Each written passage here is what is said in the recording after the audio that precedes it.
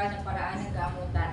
Usapang pangkalusugan. Paano gagaling sa natural na kaparaanan? Pag-usapan po natin yung sakit na diabetes. Bakit po ba nagkakaroon ng ganung uri ng karamdaman? So, kung ikaw ay binabaliwala mo to, kailangan mo nang matutunan paano mo tutulungan ang iyong kalusugan sa natural na kaparaanan. Kung ikaw ay marami ng iniinom na gamot, maintenance na gamot, delikado po ang kidney mo kapag paulit-ulit kang umiinom ng maintenance na gamot. Bakit po ba kailangan uminom ng maintenance na gamot kapag ikaw ay may sakit na diabetes? Dahil ang iyong pancreas ay nasira na dahil sa mga toxin na ipinasok mo sa iyong katawan. Kung mahilig ka sa mga preservative na pagkain, mahilig ka sa mga mamantikang pagkain, mahilig ka sa mga fast food, mahilig ka sa tosino, longganisa, at mga preservative na katulad ng hotdog, basta yung mga pagkain na maraming chemical, yun ay toxin na pinapasok mo sa iyong katawan.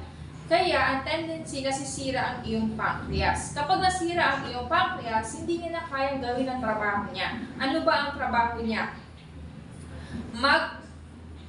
Magbigay ng natural insulin. So dahil nasira siya, hindi niya na po kayang magampanan yun.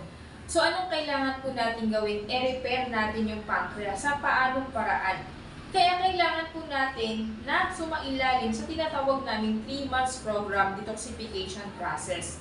Ito po ay tamang combination ng mga supplement, tamang dosage, at merong free guidelines kung ano yung mga dapat kainin, ano yung bawal kainin. Katulad na lang po, mataas ang yung sugar, tapos mahilig ka pang kumain sa isda na walang kaliskis, lalong tataas. Hindi gumagaling. Bakit? Kasi nga, kinakain mo yung bawal. Yung iniinom mong gamot na maintenance, hindi naman yan nagpapagaling. Ang ginagawa lang niya, tinutulungan niya lang na bumaba ang iyong sugar.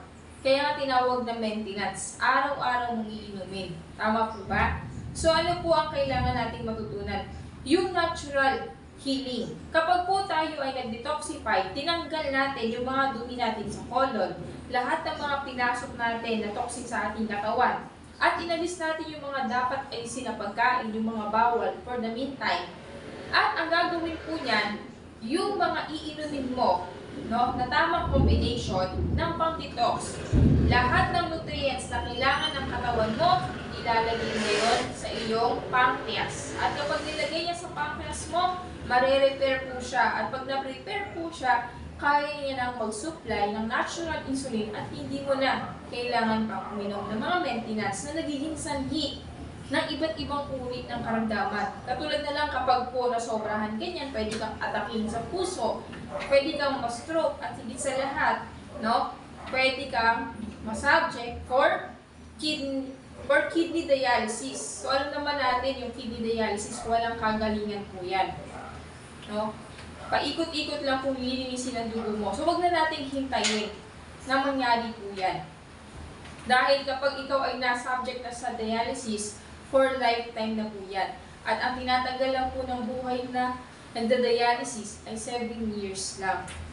Ayan guys. So, lagi ko nga po sinasabi sa inyo guys, na kailangan po natin matutunan. Mag-detox po tayo. Inumin po natin yung mga dapat natin inumin at tanggalin po natin yung mga bawal kainin. So, meron po tayong detox program. Mag-comment po kayo dyan ng how. Add nyo po ako sa Facebook para po may i-guide ko po kayo kung paano po natin iinumin yung tamang dosage na yan. So, kung ikaw din ay high blood, ikaw din ay may mataas na cholesterol, at marami ka pang nararamdaman, katulad na lang sumasakit na ang iyong kamay, sumasakit na ang iyong tuhod, so kailangan mo na talagang mag-detoxify. Huwag ka manghinayang, no? Kasi ito po ay makakatulong para ikaw ay maging healthy at gumaan ang iyong pakiramdam. Kahit sabihin mo, mahal naman yan. Mas mahal po ang cellphone mo kaysa sa buhay mo. Nakakabili ka nga ng cellphone ng mga mamahaling gamit, pero yung sarili mong katawan ay mo ayusin. Di ba? Sasakyan nga, change oil. Ganun din po yung ating katawan. Kailangan din natin linisin para humaba pa yung ating buhay. So, i-add niyo po ako dyan. Andiyan dyan yung number ko sa link at andyan yung aking Facebook. At meron din po tayong QMRA, Machine Apparatus Check-up. Ito po ay hahawakan mo lang ng 1 minuto, makikita agad yung health status mo. So kung malapit ka po sa area namin dito sa San Pedro, Laguna, pwede po tayong mag-meet up.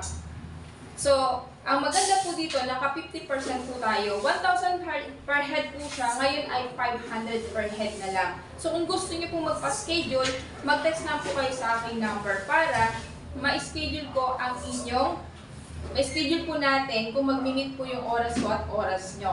Kasi araw-araw po may mga nagpapaschedule po sa atin.